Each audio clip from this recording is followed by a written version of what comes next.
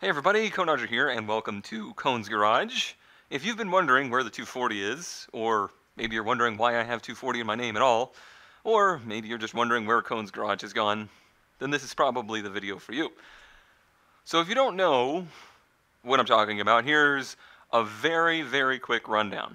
Behind me is a 1991 240SX. It has a 1995 KA24DE in it, and it has on it a supercharger from a Nissan Frontier/Xterra.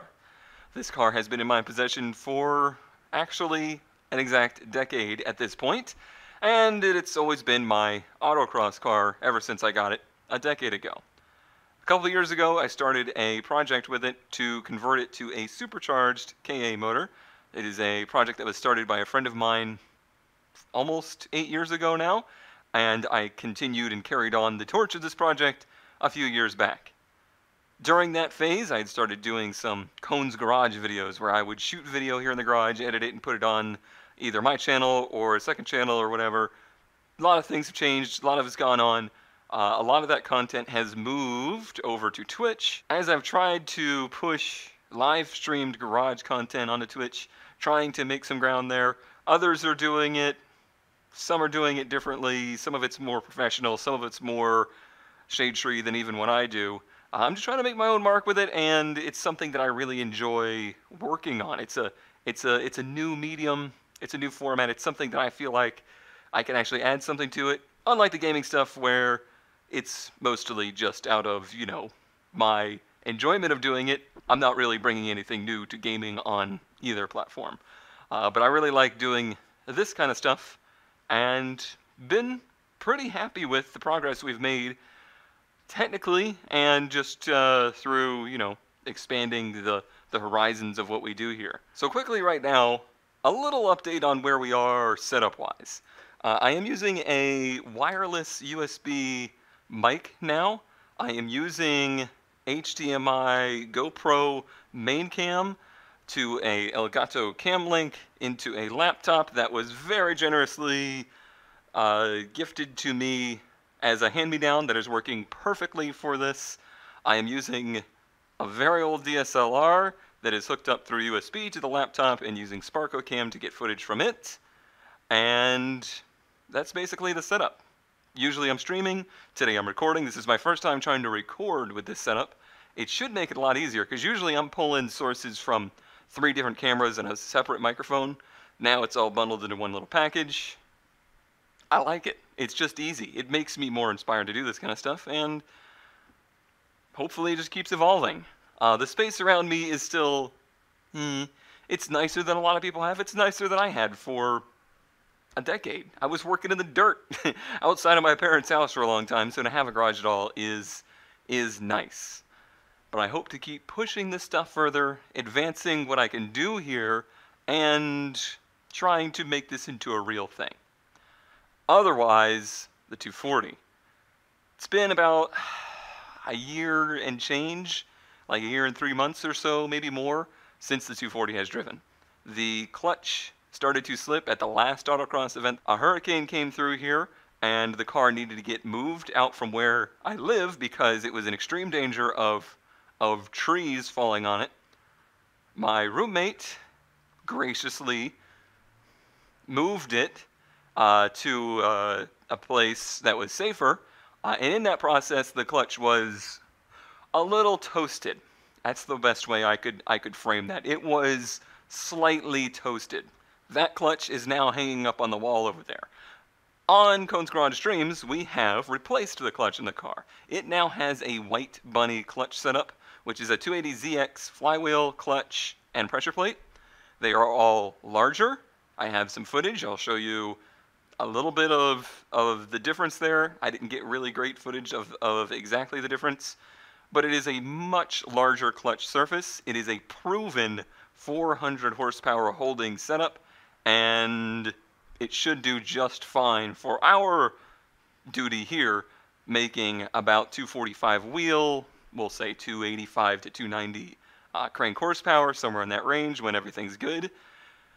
In that ballpark, this setup should be amazing for us. At the same time, I wanted to change the oil filter setup. The way the supercharger is mounted, It interferes with the oil filter. It actually rubbed a hole through the oil filter. I was hoping I still had it, but I don't. Hopefully I have some kind of footage or picture of that. Where is that oil filter? I think it's gone. It leaked all over my floor, and I think I was mad at it and disposed of it. Apparently I don't have the oil filter anymore. That's fine. Basically all that happened was the bottom of the supercharger has fins on it. Those fins were, as the engine torqued and the belts pulled down on the supercharger, it was ever so slightly moving the intake manifold. It was enough to rub 2 holes through the top of the filter, and in doing that, cut the filter and caused a leak. Thankfully, it didn't get bad enough that it caused any problems. Basically, the clutch going out on this car saved the car from possibly oil starvation. Silver lining? Sure. That's where we're at. Now, I have installed a Greddy oil filter relocation kit, and the oil filter is now located in a much happier place up into the front side of the engine bay, and there's no clearance issues with the supercharger anymore. Happy days. Right? Right. To do that, I pulled the engine out and put the engine back in. I find it easier than dropping the transmission out of these things. I pull the engine out of this car in literally hours. Maybe I could probably honestly do it full dedication in under an hour. So it seemed like the wise thing to do. Upon getting everything back together, getting it running, then remembering to put on the brake booster line, getting it running, everything seemed great, but the battery had gone flat. It's been a year and a half. I have a very small lead acid sealed battery in the car. I use this little guy here. That is a very small battery, but it is plenty of power to turn over this engine. But like I said, in that time it had gone flat. I was using first the Audi to jump the car, and for the first night that went great. It started, it ran well, and everything seemed fine. Came back a few days later, noticed we had a little bit of an oil leak with our filter adapter. I knew that was going to happen. This stuff all needs to be gone through and tightened and positioned right to get everything perfect. But I wanted to run it to see if I had made any headway. Wasn't recording or anything because I was just kind of fiddling. Really, I wasn't doing anything major. And in that, I had the Supra over here, which, if you don't know what the Supra is, my roommate has a Mark II Supra. We restored that as our last kind of Cone's Garage project. Had that over here, and I used that to jump off the 240 since the battery was still very, very flat. Started right up, was running, pulled off the jumper cables, dead.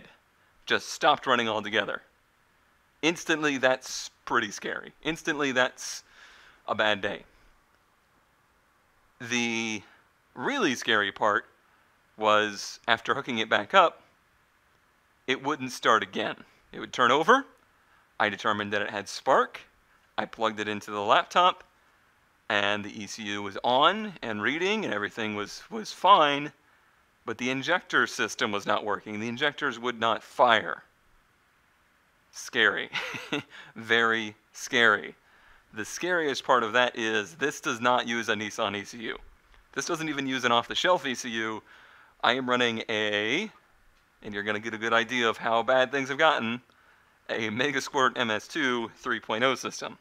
This was all designed, tuned, and developed by the person who developed and made the supercharger adapter. Fortunately, I still know that person, and they are still around, but it was a long time ago that they did all of this. And actually, through the help of the community, I was able to post pictures of the board, and we were able to eventually determine that the injector sequencer section of the ECU board had been fried. There's a capacitor that has popped, the side of it has chunked out, and the trace before it is visibly burnt and disconnected. So obviously that's at least one reason why it wasn't running. That's where we are right now. It's nerve-wracking times for me. I've never done anything like this. I've never messed with chips before or circuit boards.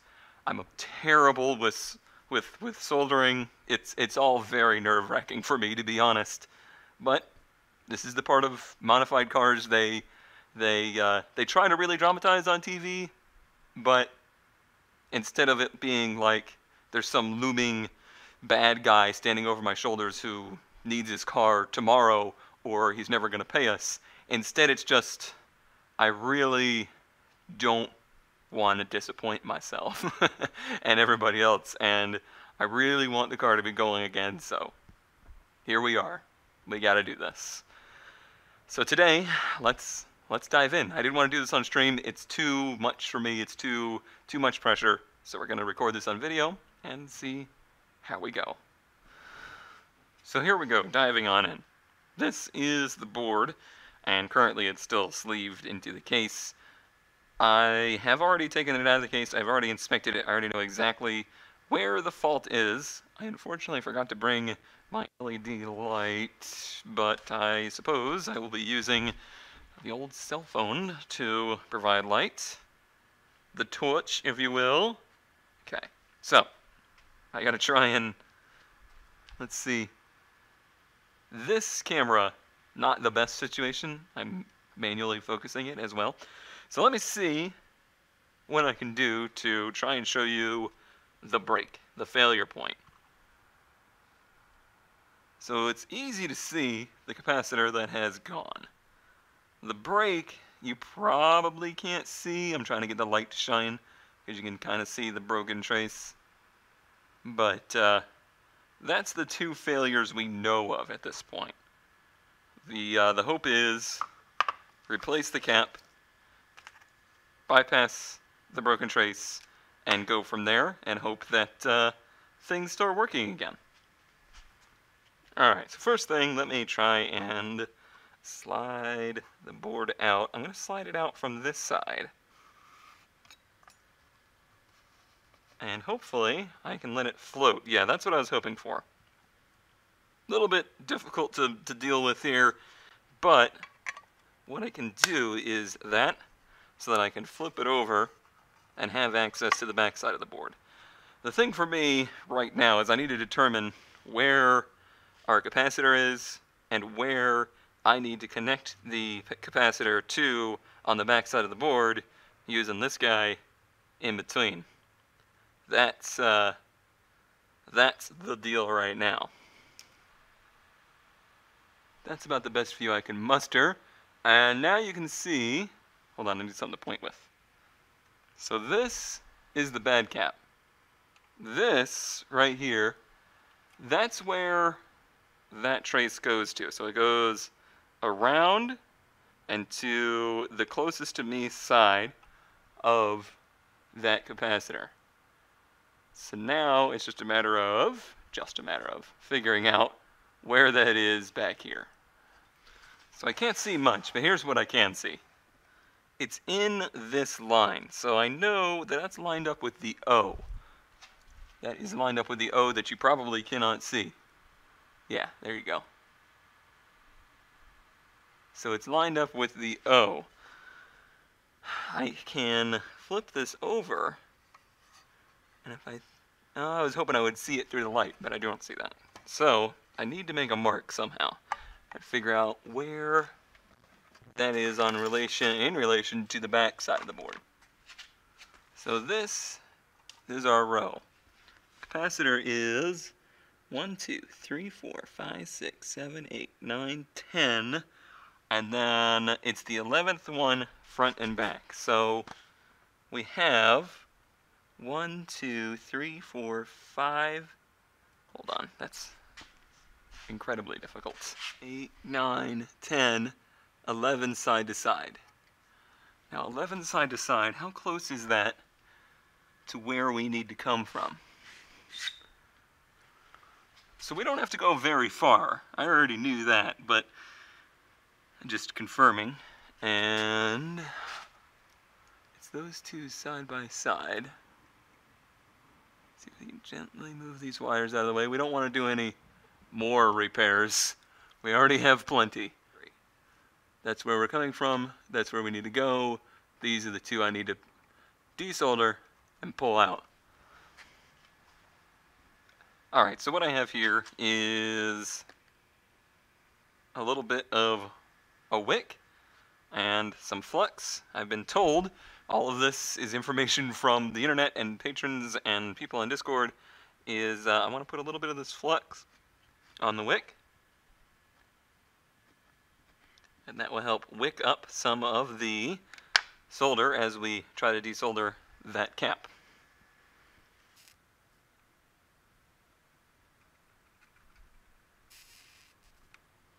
I mean, I can hear it working, and I see it working, but very slowly. But I think that's the name of the game in this business. Slowly.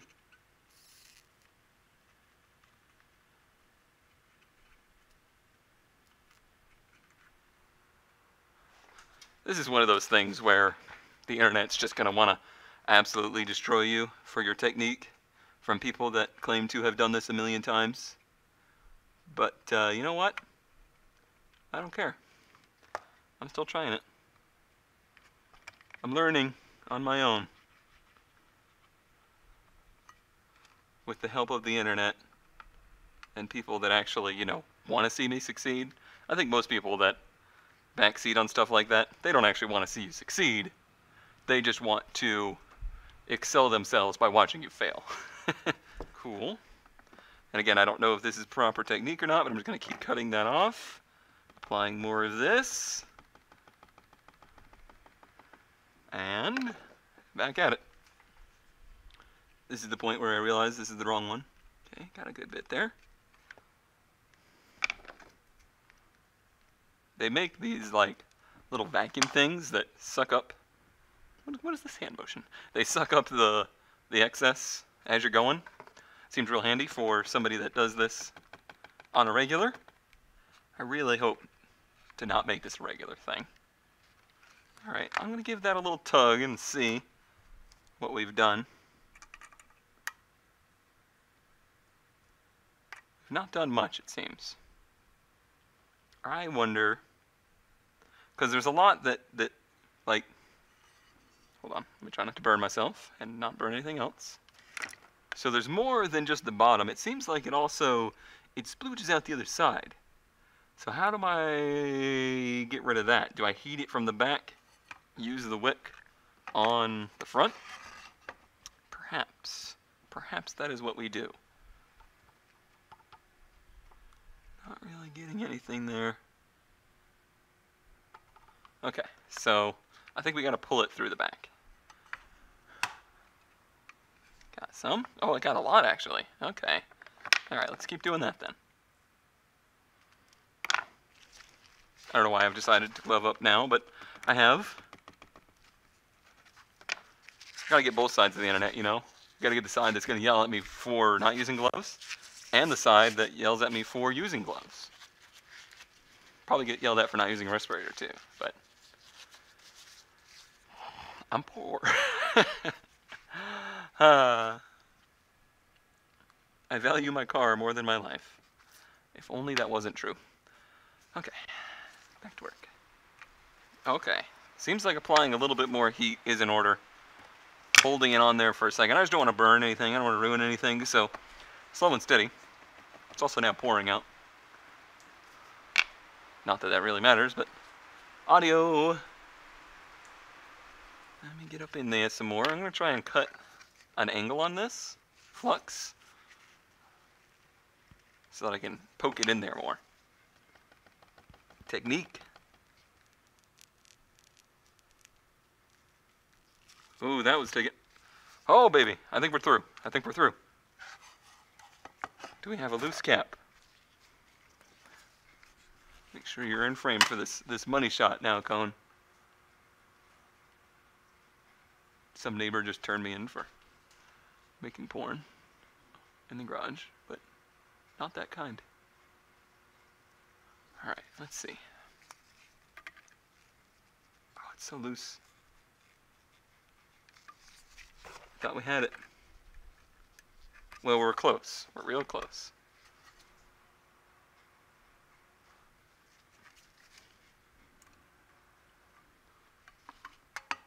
Yoink! Okay. So that's the I would say the second most stressful part done. Whew. Okay. All right. And it looks like we left not much of a trace behind. Well, the trace was already gone, right? I think what I should do is probably, now that it's out, run it along there again. And just pick up some shmoo. Alright, I bought a whole two new caps.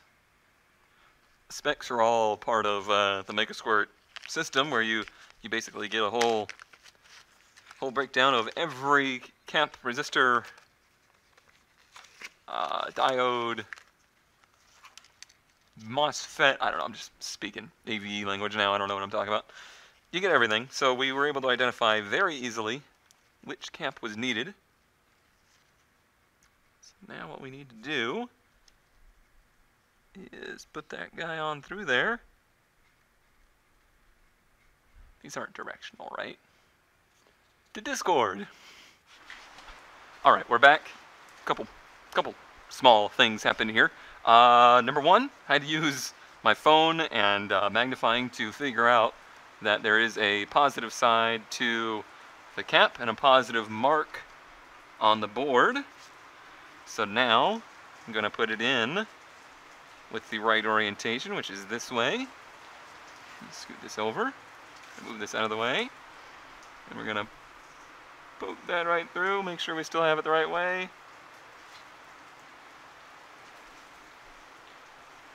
Yep. Poke that right on through. Okay. And then tilt it up. Spread those legs out a bit. And now it should hold itself in place, basically. I'm going to pull it through and then give them a nice little tug apart. And that should have it sitting at an appropriate height. I think you want a little bit of deck clearance with these, is what I understand. Just so that the leads don't end up getting soldered together. And it's got plenty of deck clearance, so no issue there. Alright. So, now, where are we at?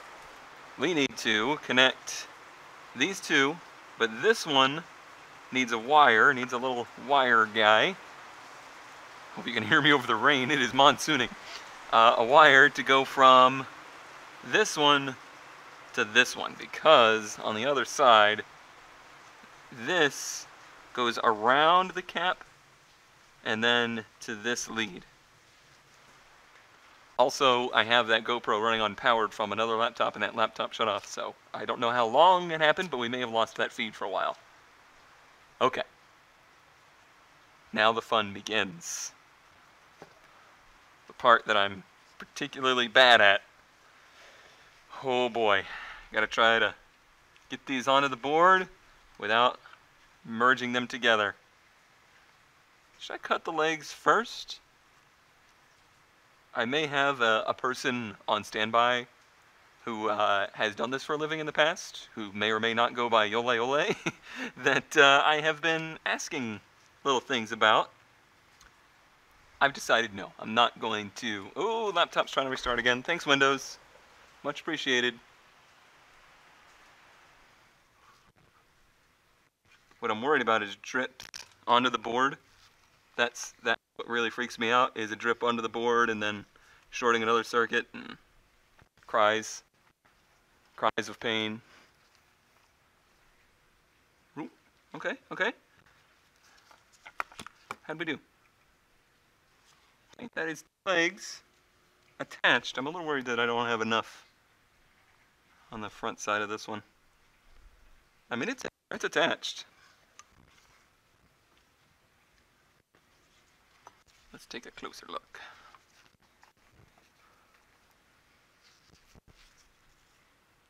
Yeah, I'm not seeing enough that's come through the board on this side to make me real happy. So I think I might take another stab at the far side one. Now I see it poking through the other side. Try and get some light in there so I can see. Oh, that looks great. I'm super pleased with that. Alright, the cap I think is replaced.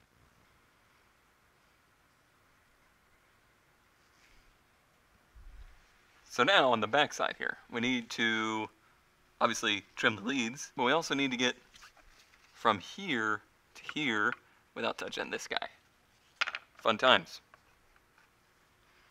So I've gone ahead and left those a little bit long, which I'm sure somebody on the internet's going to be like, but being a novice at this, I want to have plenty of meat to try and get this wire to hook up to. So I need a macro lens apparently, or just something to have this close of an angle but more depth of field. Who knows? Really, I should have just used the GoPro over here. Okay, so that looks a little bit better. I'm going to do it to the back side to not have a risk of hitting that negative terminal or the other terminal of the other leg of the capacitor. I need 3 hands. Maybe that's done. We'll see. I'm going to take some pictures, send it to some people that know what they're doing, and see where we're at. I'm relatively ready to call that a success. Success is basically meaningless, though, until we actually put power to it and see if it doesn't let the smoke out. A little globby. The backside one got a little globby. All the leads are separated, though. The wire is secure. The cap is secure. For a first time ever doing this, I'm going to call a success. I bought new tips for this, and they didn't fit this particular iron, so I think if I had had the tips that I wanted to use, which were not that one, like a fine tip one, I would have been in better shape, but we'll see. What's the worst that can happen? Oh, right, the fire thing, yeah. Slide you back in. Get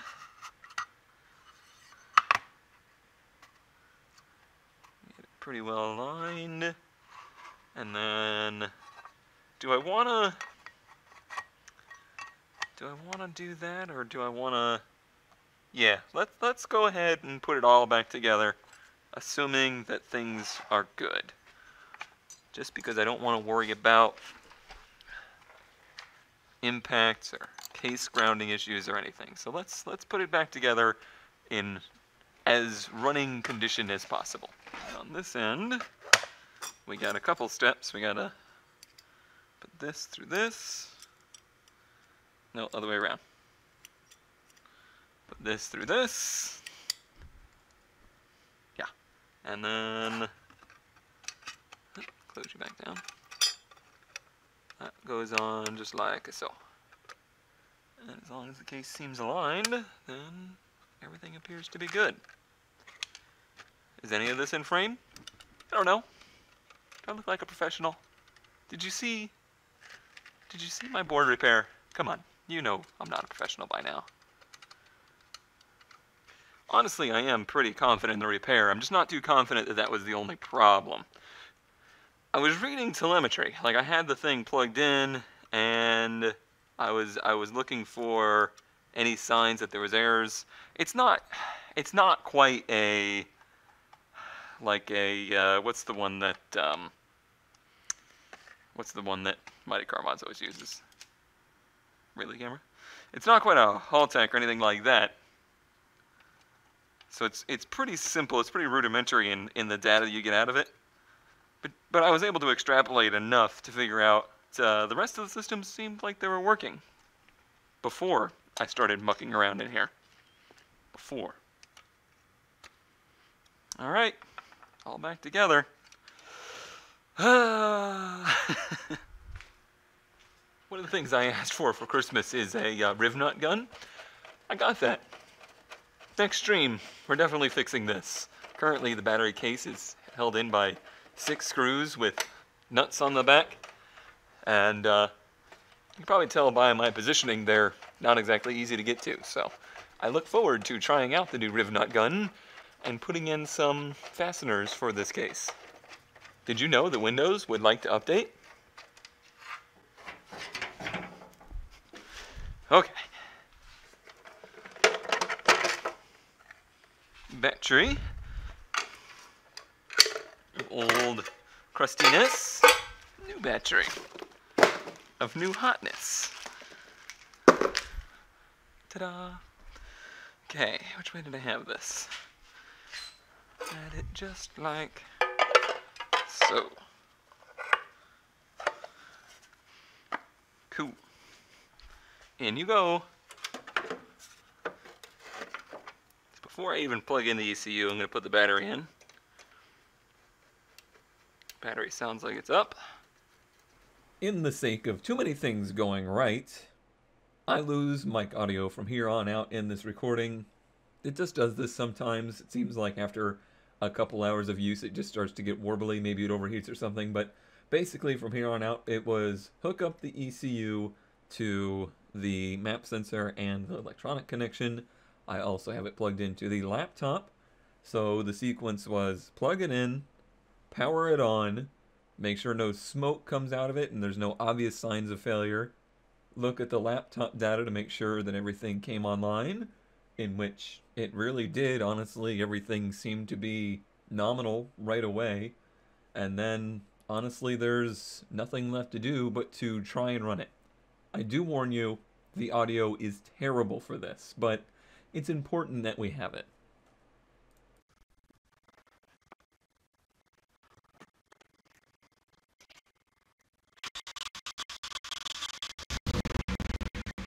Holy!